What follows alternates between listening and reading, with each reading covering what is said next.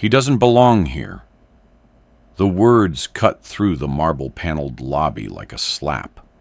Heads turned, conversations faltered. Silence spread like spilled ink across the velvet-carpeted floor. She thought he was just another poor black man lost among the gleaming glass hallways. A condescending glance. A sentence that froze the entire office. What she didn't expect was that just minutes later, he would flip the entire situation with one name that made the board of directors rise to greet him. And if you've ever seen someone misjudged based on how they look, hit that subscribe button to support powerful stories of quiet justice like this.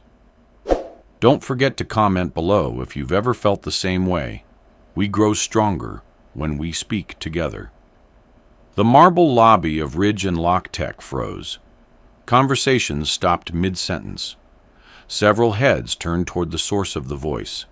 Kendra Blake, the executive assistant of CEO Michael Graves. And, as the rumors went, much more than just his assistant. Dressed in a fitted ivory blazer and heels tall enough to intimidate, Kendra stood with one manicured finger pointing toward a seated man. Black, calm, plainly dressed in a navy jacket and brown loafers. His briefcase rested on his knee like it had belonged there for years. "Security," Kendra snapped, her voice slicing the tension in the room. "Someone call building control. We have a loiterer in the executive lobby." The room held its breath. It wasn't just employees watching now. The morning's guest list included outside consultants, junior investors, and several visiting board members. This was the main floor before the quarterly partnership meeting. And Kendra had chosen this very moment to raise her voice like she was casting out a trespasser from holy ground. Two uniformed security guards began crossing the floor. The older one hesitated, recognizing the face, but Kendra barked again. "I said now." Her tone allowed no space for doubt. "He doesn't work here, and he's certainly not on today's roster, unless janitorial decided to expand their lunch breaks to our lounge seating." Gasps rippled across the room. The man in question, Jamal Carter, didn't move. He sat still, one leg crossed over the other, watching the guards approach with the kind of patient stillness that made people uncomfortable. He didn't raise his voice, didn't argue, didn't defend himself. He didn't have to. Instead, he opened the flap of his briefcase with deliberate care and removed a blue leather folio. On the cover, in quiet silver lettering, Carter Equity Group. Kendra let out a dry laugh. "What is that supposed to be? A resume? A complaint form?" One of the guards looked visibly uneasy. The other glanced toward the reception desk, where young Emily, cheeks pale, mouthed silently, "He's on the list." But before anyone could say more, the elevator chimed.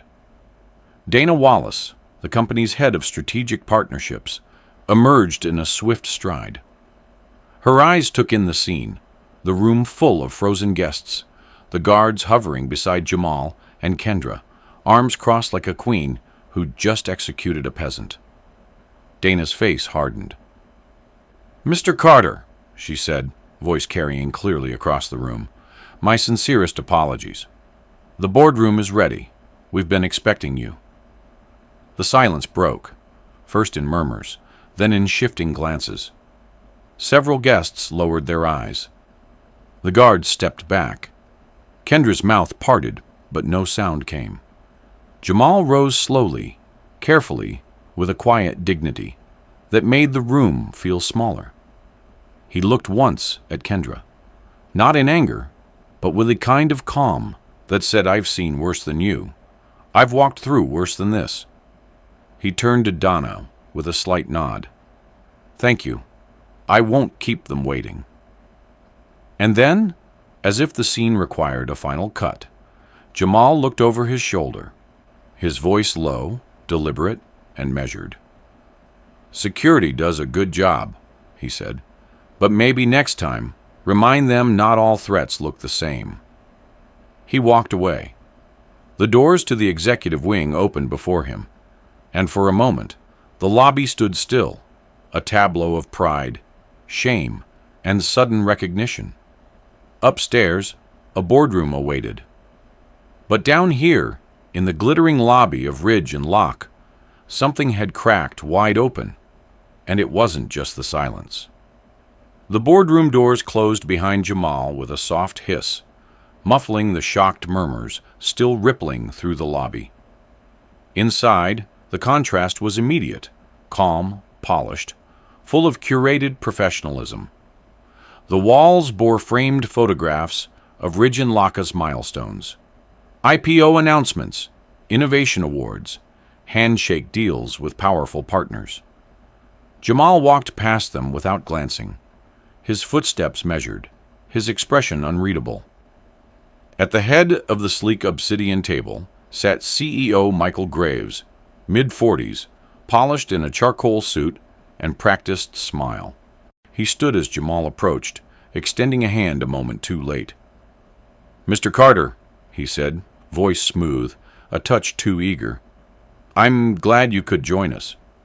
Sorry for the, confusion downstairs." Jamal shook his hand, firm but brief.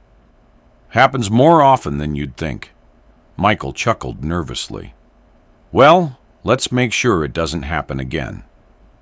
Around the table sat 6 department heads and 2 junior partners. Most avoided eye contact. Only Dana Wallace, seated to Michael's right, met Jamal's eyes with a quiet steadiness that didn't ask for forgiveness. It offered alliance. Jamal took his seat, opened his folio, and with no flourish began, "I've reviewed your projections. Short-term innovation looks healthy, but long-term viability is heavily dependent on brand trust and leadership reputation. That reputation is at risk." The statement hung in the air. Michael cleared his throat. "You mean our numbers?" "No," Jamal replied, not looking up. "Your culture." The room shifted.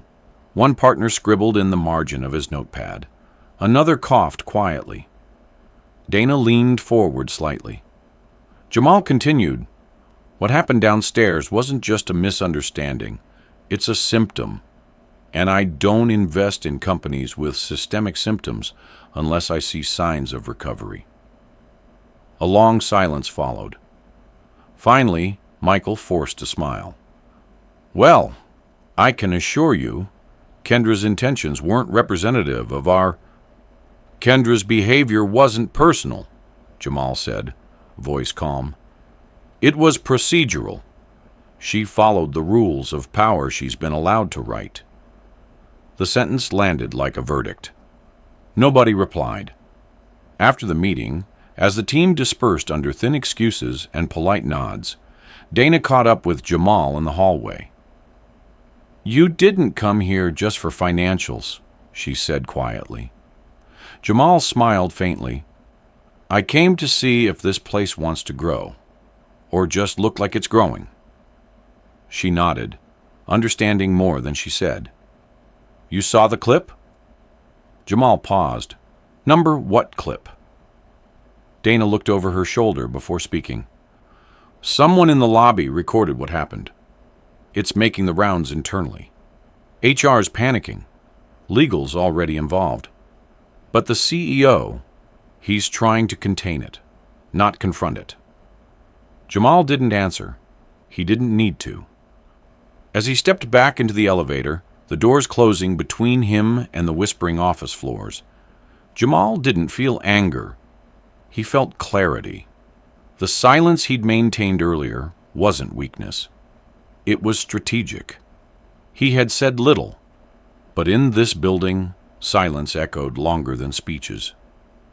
Ridge and Locke was now under observation, not by markets, but by the man they underestimated. And Kendra, still smugly unaware of the slow-burning shift she'd triggered, was about to learn the difference between authority and accountability. By mid-morning the next day, the video had traveled far beyond the Ridge and Lock lobby. It began as a discreet airdrop from someone's iPhone, passed quietly from one employee to another during coffee runs and hallway glances. In the clip, Kendra's voice was unmistakable, loud, dismissive, brimming with superiority. The visual, her finger pointed like a warning, the two security guards hesitant, Jamal seated calmly beneath the glare of polished lights, spoke louder than any caption could. No one shared it on public platforms. Not yet. But internally, it was everywhere. The company's private Slack channels lit up with indirect emojis. Water cooler conversations took on a new edge. The HR director, a balding man named Tom Reeves, called a closed-door meeting with legal and PR. His first words, "If this leaks, we're not dealing with a lawsuit, we're dealing with a culture crisis." Kendra Blake, however, remained unshaken. Sitting in her glass-walled office overlooking Millennium Park, she scrolled through her phone with a practiced smile. Her voice message to Michael had been carefully worded. "Just a misunderstanding. I was protecting the lobby from an unfamiliar presence. No ill intent." She didn't mention that she never once asked Jamal's name. She didn't mention the tone, or the smirk, or the fact that she had enjoyed the moment far too much. She believed what many with power believe, that apologies are optional, if no one dares to demand them. But Ridge and Lock was no longer silent.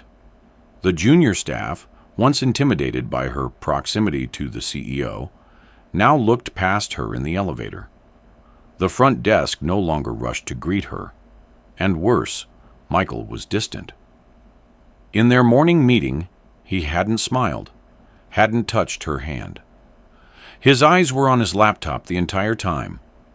When she mentioned Jamal's name, his lips barely moved. "He's evaluating," was all he said. Across town, Jamal sat in a sunlit cafe tucked inside the Harold Washington Library, sipping black coffee and reviewing a thick file labeled Corporate Culture Audit, Ridge and Lock. He wasn't a man who reveled in payback, but he was a man who recognized timing. And this was a moment built not on vengeance, but on revelation. He took a slow breath. For years, people like Kendra had moved through corporate America unchecked, using charm, proximity, and selective blindness to maintain power. But Jamal wasn't here to punish. He was here to see who would evolve when the curtain was pulled back. Dana Wallace texted him just before noon. "Board's splitting. Some want to vote you onto the ethics committee. Michael's stalling." Jamal replied with 2 words. "Let them." The truth wasn't done moving. It had only just entered the building, and its presence was already shifting the furniture. Somewhere in Ridge and Lock's upper floors, a quiet reckoning was beginning. Not loud, not dramatic, but steady, like footsteps approaching from the end of a long hallway. The boardroom was quieter than usual. Not the natural quiet of concentration, but the strained silence of people carefully weighing every word, every breath, every glance. Michael Graves sat at the head of the table, his hands folded too tightly, the tension in his jaw betrayed by a subtle pulse near his temple. On the glass wall behind him, the Chicago skyline stretched into gray April mist, but all eyes were focused inward, on the unscheduled item that had just appeared on the meeting's agenda: strategic culture integration, guest evaluation. That guest was already in the room. Jamal Carter sat near the far end, composed, not smiling. He had brought nothing but a single sheet of paper, folded neatly in his jacket pocket.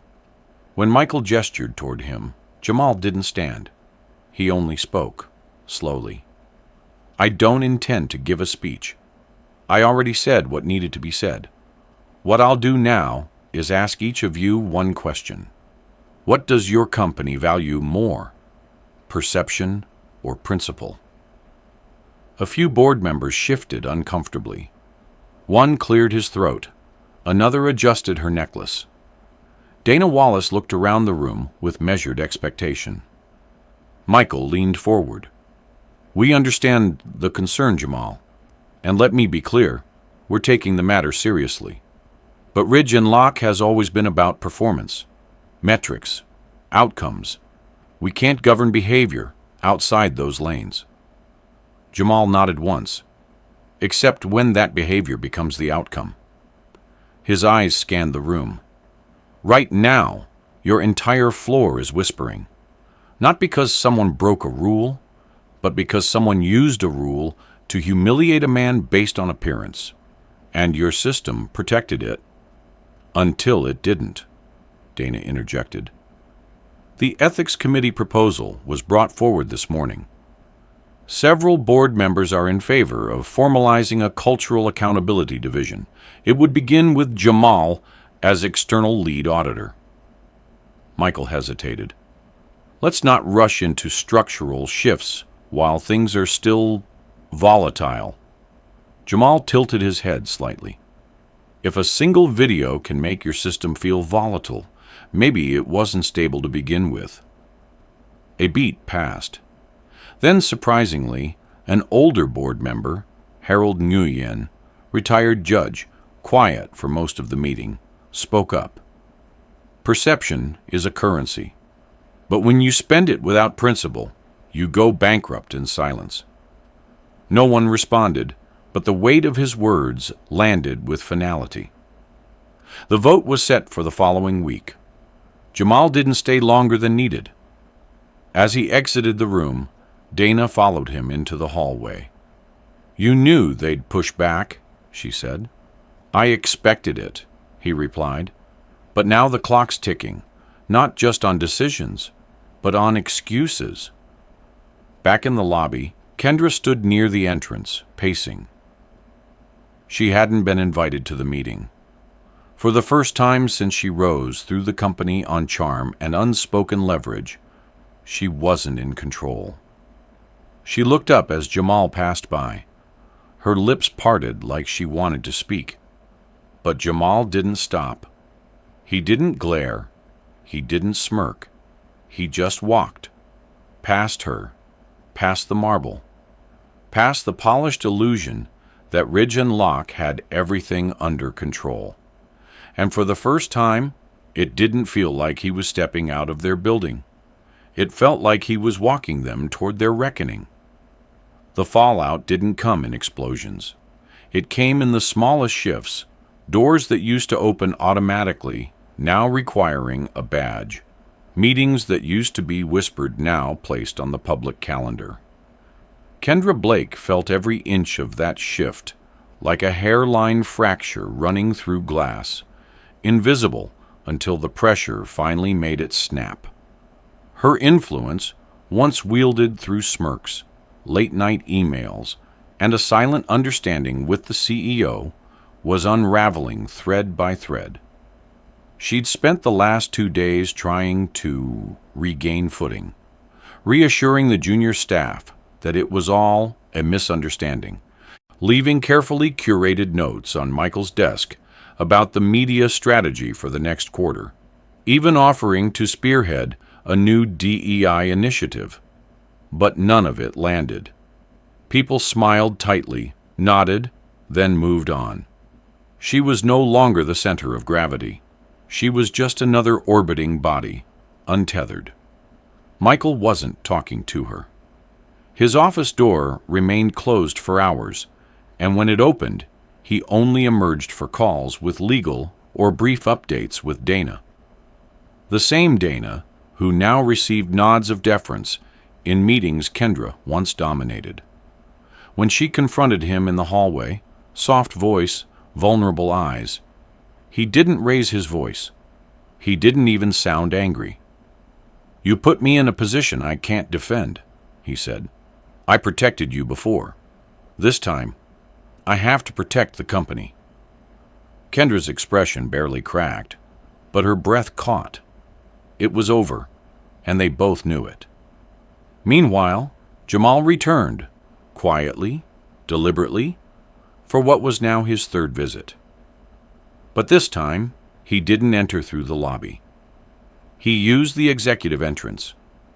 His name was added to the building directory: Strategic Culture Advisor. The very title some had mocked was now etched in silver beneath the Ridge and Lock logo. The gesture wasn't loud, but it was final. Inside, Jamal didn't strut, didn't gloat. He met with teams.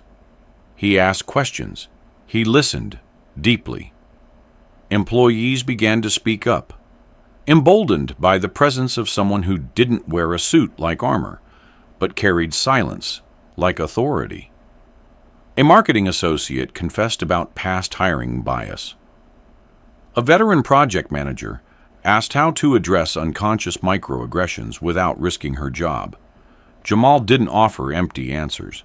He offered frameworks, real ones, actionable, sustainable. Then came the internal memo, co-authored by Dana and approved by Michael, announcing the company's cultural reset. Not a rebranding, not a PR spin, a real shift. It acknowledged what happened. It named Jamal's role. And it made one thing clear. Ridge and Locke was no longer interested in protecting appearances. It was interested in becoming better. That afternoon, as Jamal walked past the third-floor lounge, he spotted Kendra seated alone, staring into a mug of untouched tea. Their eyes met briefly. No words passed between them. She didn't look away, but there was no challenge in her gaze now, only silence, sharp and hollow. Jamal nodded once, not in victory, but in closure. She blinked slowly, as if the gesture had landed heavier than she expected. What Jamal had done wasn't loud. It wasn't dramatic, but it was irreversible. Ridge and Locke had crossed a threshold, and for the first time, everyone inside knew exactly who opened the door. Kendra Blake arrived early that morning, earlier than anyone else, hoping the quiet halls would offer comfort. They didn't. The building no longer bent toward her presence. The receptionist didn't greet her by name. The elevator didn't pause when she approached. And when she reached her glass-walled office, she saw it. Her nameplate was gone. A placeholder plaque now read, "Office temporarily reserved. Internal review." She stood motionless for a second too long, then turned sharply and walked down the corridor. She tried to make her way into Michael's office, but his assistant, politely but firmly, blocked her. "Mr. Graves is in back-to-back meetings today," she said without making eye contact. "He'll reach out when he's available." Kendra knew what that meant. Silence wasn't an oversight anymore. It was policy. Meanwhile, on the 12th floor, Jamal Carter met with department heads in a roundtable session labeled Cultural Realignment Briefing. Unlike previous meetings filled with scripted platitudes, this one carried weight. Jamal didn't lecture. He asked questions no one had dared to ask. How many of your teams are afraid to speak? How many of your promotions rely on familiarity, not merit? And how many of you have stayed quiet when you knew someone was being judged unfairly? The room didn't have answers, only shifting postures, tightened jaws, and a long silence that said more than words could. Dana Wallace, seated beside him, broke the tension. "We're not here to blame," she said. "We're here to rewire how this place listens and who gets heard." For once, no one rolled their eyes, because the silence wasn't about discomfort. It was about reckoning. By lunchtime, word spread. The clip had been shown to the full board. Not just the footage of Kendra's outburst, but the security log showing Jamal had been cleared 20 minutes prior. A director reportedly walked out midway, too humiliated to finish watching. An emergency executive session was called, and for the first time since Ridge and Locke went public, internal policy, not financials, dominated the agenda. Kendra knew her time was up when Dana entered her office holding a printed letter. "You're being placed on administrative leave," she said calmly. "This isn't about personal failure. It's about systemic damage." Kendra opened her mouth to respond, but Dana raised a hand. "Don't. Not here. Not now. Not after everything that's been allowed to happen under your watch." As Kendra packed her things into a box that felt heavier with every item, the hallway outside remained quiet. No farewells, no looks of sympathy, just a long stretch of glass and steel that no longer reflected her image the way it used to. Downstairs, Jamal exited the building without ceremony. He passed through the lobby that once tried to eject him, nodding at the same receptionist who now stood to greet him. He didn't need validation. What he needed had already happened. Ridge and Locke had shifted, not with fireworks, not with applause, but with action. And as he stepped into the spring air, he knew justice doesn't always shout. Sometimes it simply walks through the front door and waits for the silence to catch up. 2 weeks later, the lobby of Ridge and Locke looked the same on the surface. Same polished marble floors, same steel and glass aesthetic, same curated floral arrangements near the concierge desk. But beneath the surface, something fundamental had shifted. Employees moved differently. Their eyes no longer darted away when uncomfortable topics arose. Meetings began with acknowledgement, not avoidance. The silence that once protected the powerful had been fractured. In its place, a different kind of quiet had emerged, one grounded in attentiveness, reflection, and for the first time in years, honesty. Jamal Carter walked through the revolving doors at exactly 9 a.m., his steps steady, his expression calm as always. He wore the same navy blazer he had worn the day Kendra tried to dismiss him as irrelevant. Except now, the security guard at the entrance greeted him by name. The receptionist rose as he passed. On the far wall, just beneath the company's mission statement, a new brushed steel plaque had been mounted. Cultural Transformation Lead, Jamal Carter. A few employees paused to glance at it that morning. No one laughed. No one scoffed. They just stared quietly, as if trying to absorb what it meant for the company they thought they knew. Upstairs, in the executive conference room, Michael Graves stood before his leadership team and read from a folded sheet of paper. "Today, we close a chapter," he said, voice measured but sincere. "Not because we've finished the work, but because we've finally begun it the right way." No one clapped. They didn't need to. The weight of those words spoke for itself. Dana Wallace glanced at Jamal, who sat at the far end of the table, not as an outsider, not as a guest, but as someone whose presence now anchored the room. He didn't speak until the meeting was nearly over. Then, with the quiet force of someone who had nothing left to prove, he said, "It's not about removing bad people. It's about removing the habits that protect them and building new ones that protect those who've been overlooked for far too long." Across town, in a smaller office where her name had once held weight, Kendra Blake read the formal notice from HR. It cited breach of ethical standards and failure to uphold core values as reasons for her permanent dismissal. There were no appeals, no exit interviews, just a signature and silence. She stared at the letter for a long time, the same way she once stared at people she thought beneath her, without understanding them, without caring to. Now, for the first time, she understood what it meant to be rendered invisible by a system you once controlled. Back at Ridge and Locke, a young intern who had once witnessed the lobby incident approached Jamal quietly. "Sir," he said, "I just wanted to say I didn't know what to do that day. I was scared to speak up. But watching what you did, it taught me something." Jamal nodded, his response simple.